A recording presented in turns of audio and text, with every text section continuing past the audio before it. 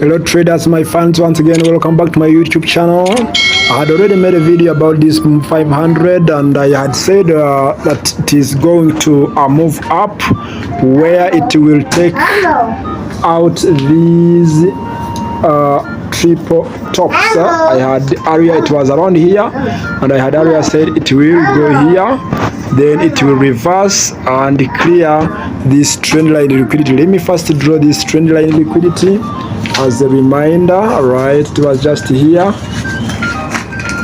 Okay, and I said if it comes out, let me zoom it.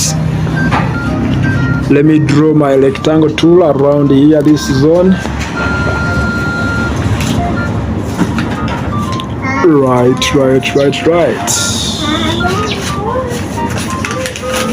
Okay, as you can see, this trend line and this support zone had said if it is likely to go up, then again it will drop.